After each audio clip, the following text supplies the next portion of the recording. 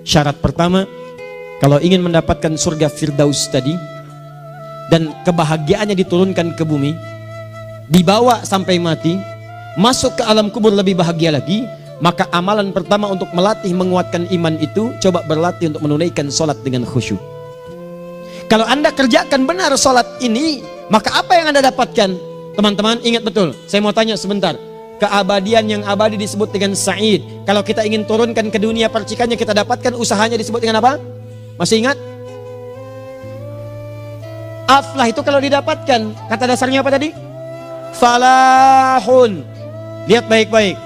Kata Allah dalam Al-Quran tadi, kalau ingin mendapatkan falahun, amalan pertama sholat. Makanya ketika dipanggil sholat, kalimat falah dilekatkan pada panggilan sholat. 5 kali diingatkan. Begitu muadzin kemudian azan memanggil Anda, hayya 'alas shalah. Anda bertanya, ya Allah kenapa kami mesti sholat? Dijawab, hayya 'alal falah. Yuk, pagi ayo. Yang sejati datang sini. Belum dapat sujud, belum dapat ruku, saya berikan. Makanya ketika orang sholatnya benar, dia akan mendapatkan 5 keutamaan. Saat di dunia nih, belum ke akhirat, 5 keutamaan yang tidak diberikan pada orang yang tidak sholat. Atau orang sholat tapi sholatnya nggak khusyuk. Sebab syarat mendapatkannya khusyuk. Alladzina hum fi sholatihim khasyi'un. Bukan alladzina hum fi sholatihim saja, tapi ada kalimat khasyi'un. Artinya yang tidak khusyuk saja nggak akan dapat, apalagi yang nggak sholat. Apa yang 5 ini? Lihat baik-baik. 1. Orang yang sholatnya benar, pertama kali sebelum mendapatkan kebahagiaan hakiki dari Allah Subhanahu wa Ta'ala, akan dirubah dulu perilaku hidupnya menjadi perilaku yang lebih baik. Kalau orang itu sholatnya benar, maka sholat itu akan melatih dia untuk berubah, bertransformasi jadi orang baik. Itu ada di Quran surah ke-29 ayat ke-45. Innas sholata tanha 'anil fahsya'i wal munkar. Sumber keburukan cuma 2, kalau bukan fahsya itu munkar. Maaf, pornografi, porno aksi, LGBT, kata-kata jorok, kotor itu fahsya. Di orang sholat kata Allah, mustahil berkata-kata kotor. Orang sholat tidak akan pernah mencela. Orang sholat tidak punya kata-kata jorok. Jadi kalau ada sekarang orang yang sholat senang mencela orang lain, itu berarti ada masalah dalam sholatnya. Dan dia belum dijamin sebagai ahli surga terbaik. Dan hidupnya nggak bahagia. Nggak bahagia. Aneh nih. Sholat tapi senang celah orang. Aneh. Aneh. Yang paling bahaya adalah menikmati celahannya. Itu yang paling aneh. Anda ngaji. Anda ikut taklim. Taklimnya sesuai Quran. Taklimnya petunjuk sunnah. Anda sholat, Anda puasa. Tapi Anda masih senang mencela orang lain. Dan menikmati celahan itu. Kalau nggak mencela, kayaknya nggak komplit kehidupan. Maka ada yang salah dengan ibadah Anda. Ada yang keliru. Karena mustahil taat bertemu dengan maksiat. Itu mustahil. Mungkar, keburukan yang diingkari oleh hati. Sumbernya nafsu perut dengan akal. Bohong, mencuri, menipu, membunuh, merampok, membegal, mabuk dan sebagainya. Itu namanya mungkar. Orang sholat gak mungkin mengerjakan mungkar. Jadi kalau sholat kita benar, cukuplah Anda sholat, maka Anda akan jadi orang baik. Makanya kata Nabi, Anda punya anak dari kecil ajarin sholat. Sholat kalau naik jadi balik, kerjakan terus. Kasih pelajaran membuat dia mengerti. Kalau masih susah, berikan pelajaran. Ini sering diterjemahkan dengan memukul. Mukul di Arab beda dengan konteks mukul sekarang. Mukul di Arab tuh ngasih pelajaran supaya ngerti. Anda bisa terjemahkan dengan konteks lain. Uang jajannya tahan, yang kesukaannya simpan dulu. Bisa dengan konteks kekinian. Tapi poinnya, kenapa anak Anda dari kecil ajarin sholat, sampai kenalkan dengan masjid, ajari 3 tahun bawa ke masjid, kenalkan dengan masjid. Gak ada masalah lari-lari itu sebelum waktu sholat. Kenalkan dulu. Dulu orang-orang tuh begitu, sebelum waktunya dikenalkan, jalan, begitu lari, biarin dulu. Setelah itu diberi pengertian. Nah, ini bukan tempat berlari, yang berlari di sana nanti, yang di sini nanti akan ada orang-orang baik semuanya. Terus anda lihat berbaris, baris rapi. Kalau pengen baik ikutan baris nanti. Terus nanti ada yang mimpin di depan, namanya imam. Imam itu siapa ya? Tetangga kita bukan yang Pak Imam, bukan. Kalau tetangga kita namanya Imam S. Arifin. Kalau yang ini imam sholat namanya. Imam sholat itu nanti akan pimpin menyembah Allah. Allah siapa ya? Allah itulah yang memberikan ayah rizki. Allah itu yang memberikan ayah rizki sehingga bisa beli tobot buat kakak, beli robokar poli. Ini yang poli, ini yang embers, ini yang heli. Ini dulu kakak semuanya tuh. Yang kasih Allah. Nanti kalau kakak bagus bisa ikut rapi di sini. Allah akan senang, akan ditambah lagi oleh Allah. Oh begitu ya. Datang, begitu caranya. Ini bukannya waktu sholat belum dikenalin tadi bawanya main-main di masjid. Bahkan ada yang agak repot lagi, di rumahnya susah diatur, dibilang kamu ini susah diatur, main sana ke masjid. Disuruh main, ya main di masjid. Yang salah bukan anaknya, orang tuanya. Apa rahasianya anak itu disuruh ke masjid, suruh sholat? Rahasianya, begitu anak itu sholat dengan baik, maka dia akan tumbuh jadi anak baik di kemudian hari. Itu maksudnya. Nah, sekarang saya agak bingung ini. Pendidikan TK sekarang salah sih? Enggak, cuma saya agak bingung mikirnya. Ini anak belum diajarin sholat, udah diajarin manasik. Itu bagaimana cara berpikirnya Ferguson? Agak repot saya mikirnya tuh. Ya. Walaupun salah sih enggak, cuma saya bingung gitu. Kenapa nggak dikerjakan tahap yang pertama dulu? Tangga itu kan berurutan. Nggak bisa Anda lompat langsung ke 5. Kan 1, 2 belum terlewati. Jelas ya? Nah, ini gambarannya. Sholat nih. 1 pasti baik. Ini kalau sekarang sholat, lisan belum baik, mata belum baik, sampai ke kaki, berarti ada yang salah sholatnya tuh. Ada yang nggak tepat. Tangan sembarangan, snack orang ngambil. Awas. Tuh sendal orang, mau wudhu nggak ada sendal, pakai sendal orang. Udah bilang belum?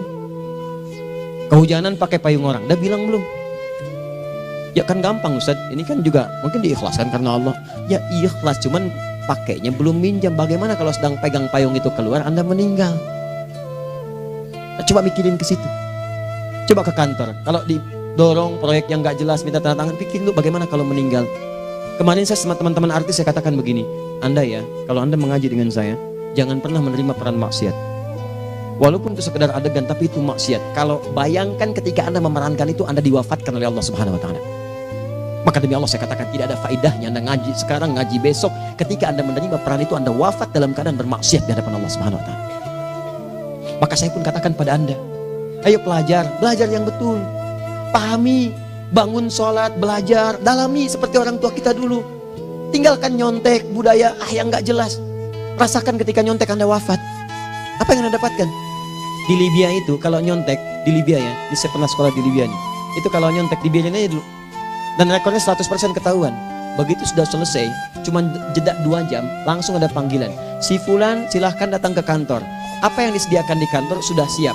Anda diberi waktu 2 jam dari sekarang, siapkan beres-beres koper Anda. Di sini tertulis Anda akan pulang. Tiketnya sudah lengkap, dikawal 2 orang. Dituliskan di situ anak ini nyontek gak boleh kembali ke sini. Libya. Gak ada, zero tolerance bagi yang seperti itu. Keluar. Kami gak terima di sini. Harusnya begitu. Gak ada faedahnya. Yang kita butuhkan amalan dari ilmu, bukan nilai-nilai itu sementara. Gak ada. Sudah. Nah ini akhirnya begini kualitasnya nih. Tertulis di ijazahnya bagus, cum laude, IPK-nya 4, tapi nggak ada aplikasinya. Yang pintar banyak, kita butuh yang baik, pintar yang baik. Sekarang yang pintar banyak, kepintarannya dipakai untuk nipu orang. Itu yang bahaya. Ahli hukum banyak yang dihukum. Ahli ekonomi tidak bisa mengangkat perekonomian. Apa yang salah? Apa yang salah? Ini yang jadi persoalan. Tapi dasar manusia, begitu di sidang mulai pakai peci, pakai baju koko, pakai tasbih, dan pakai kerudung. Luar biasa. Nih 2. Orang kalau sholatnya benar, Allah akan berikan ketenangan dalam jiwanya. Tenang hatinya. Jangankan musibah kecil, musibah paling besar pun tenang aja dia. Tenang, dia paham rumusnya. Allahu Akbar.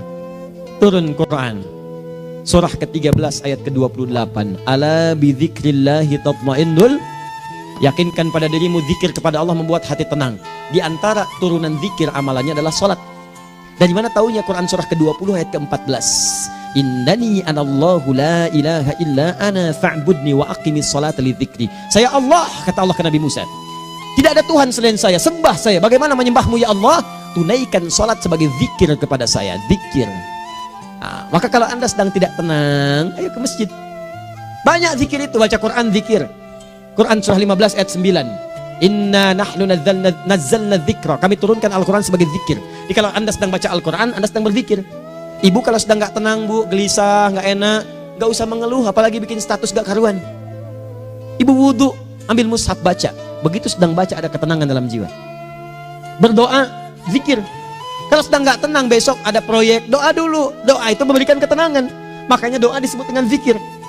Quran surah ke-7 ayat 205. Wadhkur rabbaka fi nafsika tadarruan wa khifatan wa dunal jahri minal qaul. Ayo berzikir, minta kepada Allah dengan segenap jiwamu, mohon dengan penuh ketawaduan. Nanti ketenangan diberikan. Menghafal Quran, baca itu zikir.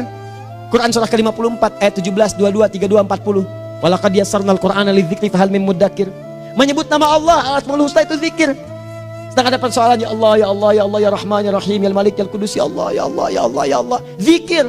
Dalilnya Quran surah kedua ayat 152. Fadhkuruni azkurkum. Sebut namaku, zikir. Apapun akan mengingatmu. Gimana menyebutnya? Ditafsir di Quran surah 17. Ayat keberapa? 110. Qulid Allah awid Rahman ayyamma tad'u falahul asmaul husna. Sebut nama Allah. Itu menenteramkan pada jiwa. Sedangkan sholat gabungan dari semua zikir tadi. Bukankah dalam sholat Anda baca Al-Quran? Bukankah dalam sholat Anda menghafal Al-Quran? Bukankah dalam sholat Anda berdoa? Bukankah dalam sholat Anda istighfar? Anda mohon digabungkan semua itu. Amalan sholat menggabungkan semua jenis zikir. Masa Anda nggak tenang juga? Makanya sholat, jangankan sholat ya, tempat sholat itu yang menenangkan. Tempat sholat, tempat paling tenang di muka bumi. Kalau nggak percaya silahkan ya, Anda sebelum masuk ke Istiqomah ini, begitu Anda masuk kan perasaannya beda kan? Lain. Silahkan cek, kalau cari ketenangan datang ke masjid. Masuk, wudhu masuk, sholat 2 rakaat tenang. Dekat kipas angin, saking tenangnya plek ngantuk tidur. Beneran, enak. Makanya saat Ramadan kalau orang pengen cari ketenangan, lihat di perusahaan-perusahaan penuh tuh musola pada tidur. Ya, mengamalkan hadis palsu. Ya, dia musoim ibadah, tidurnya orang puasa ibadah, hadis palsu. Nah, itu teman-teman. Itu gambarannya tiga. Orang yang salatnya khusyuk benar, itu dijamin langsung oleh Allah Subhanahu wa Ta'ala akan dimudahkan semua urusan hidupnya termasuk rezekinya. Ini yang saya katakan. Jadi saya katakan tadi, di akhirat ini, di surga, rezeki tinggal ngambil. Anda kalau benar sholatnya, itu langsung dijanjikan oleh Allah. Rezeki itu nggak perlu Anda banyak pikirkan. Ikhtiar sedikit, datang. Bahkan dari sisi yang tidak Anda duga. Apa dalilnya? Quran surah ke-65 ayat 2 dan 3. Ditafsir di Al-Baqarah ayat 2 dan 3. Wa may yattaqillaha yaj'al lahu makhraja. Ada orang yang meningkatkan takwanya kepada Allah, kami mudahkan urusan hidupnya. Setiap persoalannya diberikan jalan keluar, mudah. Solusi. Setiap ada problematika, ada solusi. Wa yarzuqhu min haitsu la yahtasib. Dan kalau dia ingin mendapatkan rezeki, bahkan kami kirimkan dari sisi yang tidak dia duga. Orang lain capek ini datang lagi, tawaran proyek datang lagi. Utsman tuh Masya Allah, kayanya banyak. Tapi yang paling dirindukan bukan saat mendapatkan peningkatan omsetnya, yaitu saat dia mendapatkan waktu khusus dengan Allah untuk sholat. Malam hari sampai-sampainya sempat sholat tahajud sampai khatam Al-Quran. Abdurrahman bin Auf demikian, Tamim Ad-Dari demikian. Sholat karena tahu sholat itu meningkatkan rizki. Karena tahu kuncinya ada di situ, Allah yang punya rizki. Disebut dengan Razak, pemilik rizki. Maka saya harus punya hubungan dekat dengan Allah. Kalau sudah punya hubungan dekat, mau apa aja gampang. Belum minta, udah diperhatikan. Silahkan cek, Anda punya hubungan baik dengan bos Anda di kantor. Ya, sebelum Anda minta, beliau udah pikirin tuh. Telepon bendahara. Dia udah ngambil belum gajinya? Belum Pak, tambahkan bonus sekian. Kenapa? Karena dia mengawasi Anda. Allah maha tahu dibandingkan dengan bos Anda. Mendekat kepada Allah, semua diperhatikan oleh Allah. Siapa orang takwa itu? Kalimat takwa pertama di Al-Quran Al-Baqarah ayat 2, amalannya ayat 3. Dzalikal kitabu la raiba fihi hudal lil. Siapa muttaqin itu? Ayat 3-nya. Alladzina yu'minuna bil ghaib wa yuqimunas shalah. Gampang. Kalau pengen mudah hidupnya gampang. Biaya nggak mahal, tenaga nggak banyak, tingkatkan takwa. Jadi kalau hidup Anda masih susah, di kantor champion, di rumah tangga bermasalah terus, atau sebaliknya, maka boleh jadi kalau gelar Anda tinggi, harta Anda banyak, tapi selalu punya masalah. Bukan Anda kurang hebat, bukan Anda kurang kedudukan, bukan Anda kurang kaya, Anda kurang takwa. Dan yang paling dahsyat, mungkin sholat Anda belum berkualitas. 4. Orang yang sholatnya benar, khusyuk dia. Bahkan saat sholat itu kalau dia minta, maka seketika doanya akan dikabulkan. Tanpa diskusi, langsung seketika. Contoh, Quran surah ketiga ayat 38-39. Demi Allah saya katakan, Nabi Zakaria punya masalahnya pelik. Sudah berumah tangga, istrinya divonis monopos, maaf bahkan mandul. Gak mungkin punya keturunan. Maka apa yang beliau kerjakan? Secara singkat beliau sholat. Begitu sholat minta kepada Allah. Hunalika da'a Zakaria rabbah. Di mihrab itu beliau bermohon kepada Allah. Bermohonnya sambil sholat. Qala rabbi habli min ladunka dzurriyyatan thayyibah innaka sami'ud du'a. Ya Allah, mereka katakan saya nggak mungkin punya keturunan. Sekarang saya ingin katakan, ya Allah, saya hanya minta darimu saja, saya nggak akan dengarkan mereka. Ya Allah, mohon Engkau maha mendengar, ya Allah. Maha mendengar doa saya. Kalau kepada yang maha mendengar aja nggak mengabulkan, kepada siapa lagi saya mesti minta? Apa yang terjadi? Fanadatul malaikatu wa huwa qa'imun yusalli fil mihrab. Turun malaikat mengabarkan, sedangkan beliau masih sholat, belum selesai dalam sholatnya. Sholat khusyuk itu belum selesai sholat aja dikabulkan, doa sudah turun. Sholatnya belum selesai, doa sudah dikabulkan. Annallaha yubashshiruka bi Yahya. Allah kasih kabar gembira. Doa kamu didengar, dikabulkan. Kamu akan punya anak. Namanya langsung dari Allah Yahya. Artinya hidup yang mustahil menurut manusia. Lahir seorang dari rahim perempuan yang menepus dan mandul, bayi yang hidup. Kata Allah, nggak ada yang mustahil bagiku. Jadi dan jadi dia. Berita baiknya, Nabi Zakaria sholat dikabulkan. Umat Nabi Muhammad sebelum sholat sudah ditunggu oleh Allah. Mau minta apa? Aku kabulkan sekarang. Hadisnya qudsi. Saya bacakan. Hadatsana qala Rasulullah sallallahu alaihi wasallam qala Allah azza wa jalla qasamtu shalah baini wa baina abdi. Kata Allah, saya bagi dua ya salat antara aku dengan hambaku. Wali abdi ma sa'ala. Kalau hambaku benar salatnya, aku berikan apapun yang dia minta sekarang. Idza qala al-abdu alhamdulillahi rabbil alamin. Bagian pertama. Kalau hamba benar membaca Al-Fatihahnya dari alhamdulillahi rabbil alamin, kalau Allah azza wa jalla dijawab oleh Allah, hamadani abdi, hambaku sedang memujiku. Wa idza qala ar-rahmanir rahim, jika hambaku berkata ar-rahmanir rahim, kalau Allah azza wa jalla asna alayya abdi, hambaku sedang menyanjungku. Wa idza qala maliki yaumiddin, kalau Allah azza wa jalla majjadani abdi, kalau hambaku mengatakan maliki yaumiddin, kata Allah hambaku sedang mengagungkanku. Perhatikan sekarang. Wa idza qala al-abdu iyyaka na'budu wa iyyaka nasta'in, jika hambaku berkata sekarang, ya Allah, kami sekarang ibadah, sholat menyembahmu, dan kami sekarang sedang punya masalah, kami hanya minta tolong kepadamu ya Rabb. Apa jawabannya? Beda dengan sebelumnya. Kata Allah, hadza baini wa baina abdi. Inilah perjanjian antara aku dengan hambaku. Wali abdi, kalau hambaku benar khusyuk sholatnya sampai detik ini, baru sampai Al-Fatihah itu pun belum tuntas. Baru sampai Al-Fatihah itu pun belum tuntas. Kalau benar bacaannya, betul sholatnya dari takbir sampai dengan selesainya, sampai ayat itu, iyyaka na'budu wa iyyaka nasta'in, kata Allah, masalah apapun yang dia minta sekarang, aku akan kabulkan. Besok saya kasih rahasia. Yang di KBP ada awal pembuka di awal sebelum Al-Fatihah, yang kalau Anda benar bacanya, itu pengantar kepada pengambulan doa di Al-Fatihah. Apa itu? Besok. 5. Yang kelima ini yang paling diharapkan, dan ini penutup dalam kajian kita malam ini. Teman-teman sekalian, perhatikan baik-baik.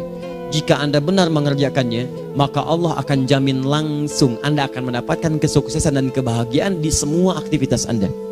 Kalau jadi suami, suami yang sukses, rumah tangga yang bahagia.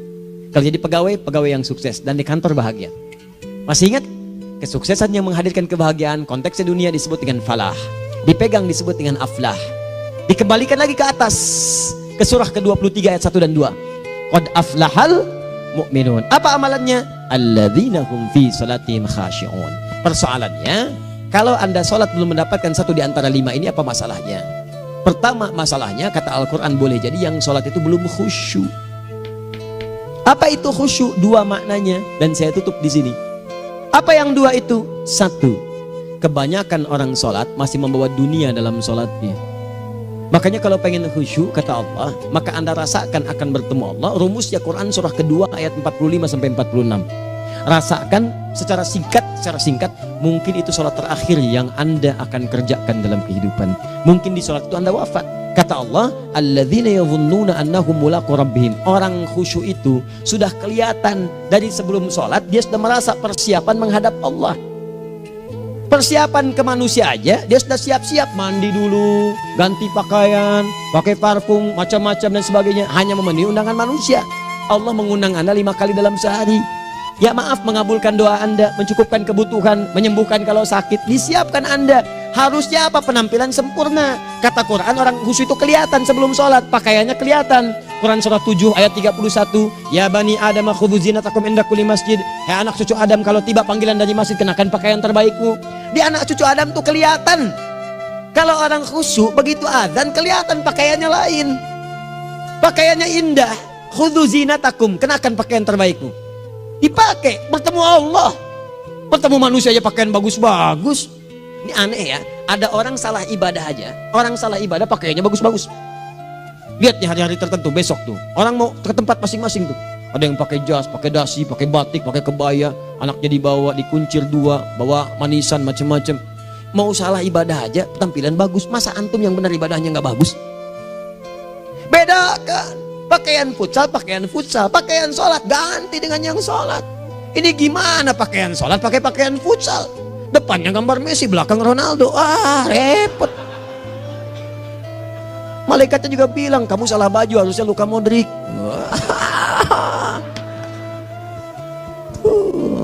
Apalah saya. Ayo mau tanya apa? Mourinho dipecat saya tahu. Lagi nganggur sekarang, ditawarin Benfica dia nggak terima.